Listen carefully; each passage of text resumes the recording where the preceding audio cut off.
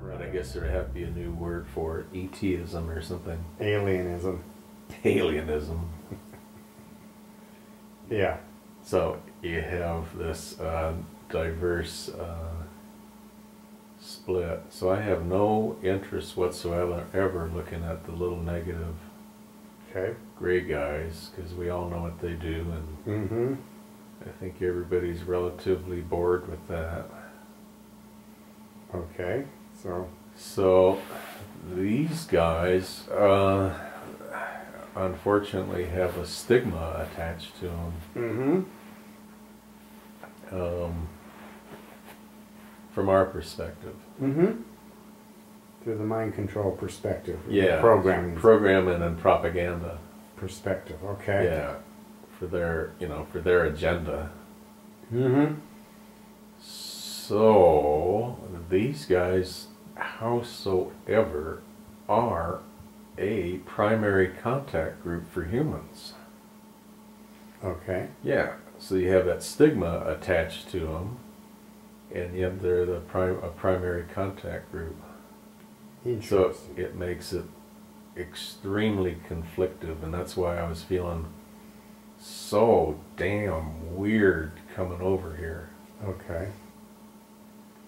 That's why I didn't want to even look at this stuff. So you currently are going contrary to the program. To the programming. Okay. But I came over here with this conflicted sense because I was butting up against the programming. Mm-hmm. So I was having a little bipolar moment there. Yeah. You might say. Yeah.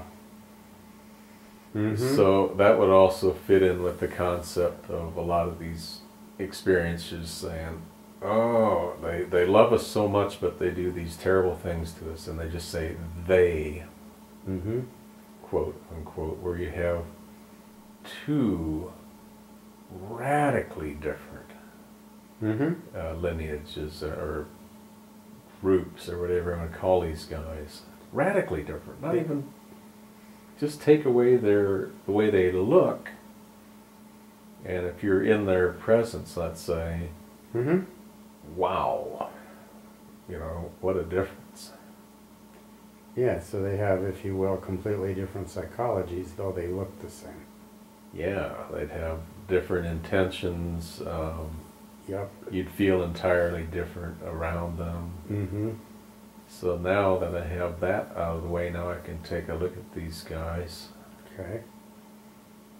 And I know I had a block, a mental block installed back then in 1988 when this happened. I know that block for a long time now, for at least a few months, I know that block has been lifted. Mm-hmm. And that block is put there through agreement that I agreed to have it there. Okay. So it's been, all that stuff is sitting, waiting to come out. So I go to the clear cut.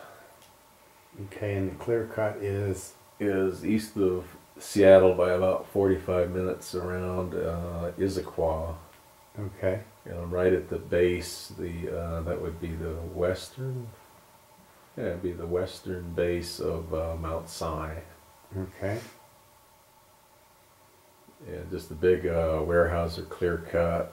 And there's this hill there that looks exactly like Devil's Tower. Okay. And it's just a little hill. And I thought, you know what? If I'm going to get over my paranoia of this experience, this is the place to be. Where it's truly frightening place to be. And I thought, okay, perfect. Any fear with that at this moment? No, other than I'd fall asleep and then the sun would be not just rising, but well up in the sky. Mm-hmm. And I'd have the sensation of no rest at all. I'd have to sleep in my car on the way home for 2 hours, pull over for 2 hours and sleep. Then I could barely walk, and and all this. But I went out there several times. I just knew I was supposed to go out there. Mm-hmm. You felt a calling to go then. Yeah. Okay. So I need to take a look at who these guys are. Okay. Because there's no doubt I was having experiences. Mm-hmm. So go into Yeah. the point of contact. Yeah. Well, they would be considered zeta reticulums Mm-hmm. by definition. So we're dealing with some zetas. Yeah. And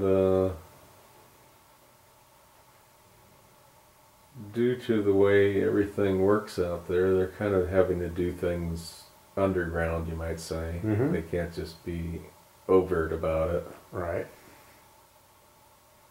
And it was planned that I go out there to get over my fears. Mm-hmm.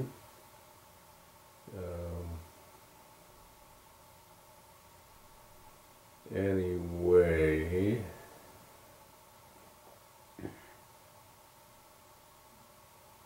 they are little guys, but not real little. And of course, the big head, big black eyes. Mm-hmm.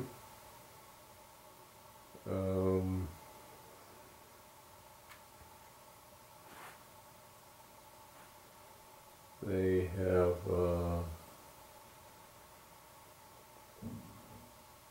it's kind of hard to explain. It's not like you're just going over to a friend's house and, you know, everything is the same as going anywhere else in the world.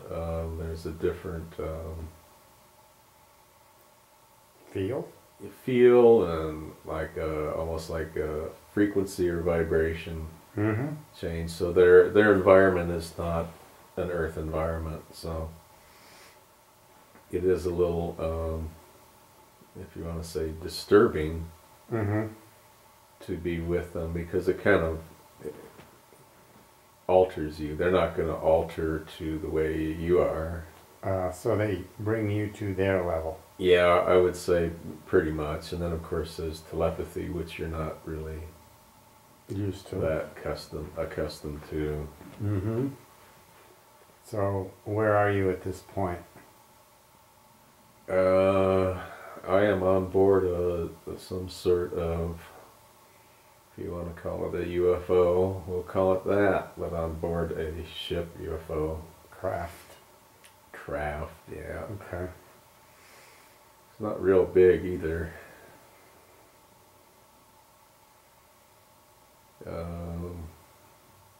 So it's at least, what, 6 feet high?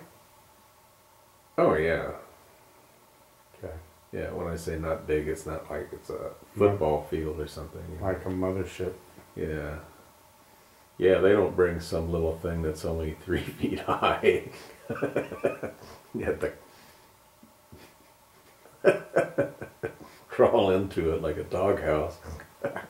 Okay, just So to be clear. Just to be clear, yeah. So they accommodate you, you know, that's the whole thing. Yeah. In that sense, they accommodate. They do. They want you to be as comfortable as you can. Okay. So this primary guy is someone who's not new to me at all. So there's familiarity. Yeah, and it's all part of. It is all part of a mission. It's a mission. Mm-hmm. That's what it is, and everybody's involved, kind of on an equal level. So. Mm-hmm. You know, we're just representatives here Mm-hmm. of that mission, but we get hammered down, of course. So then when we get to go on a ship like this, it feels funny Because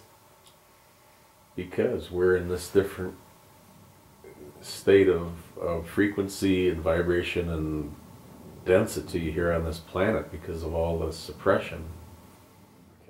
Okay.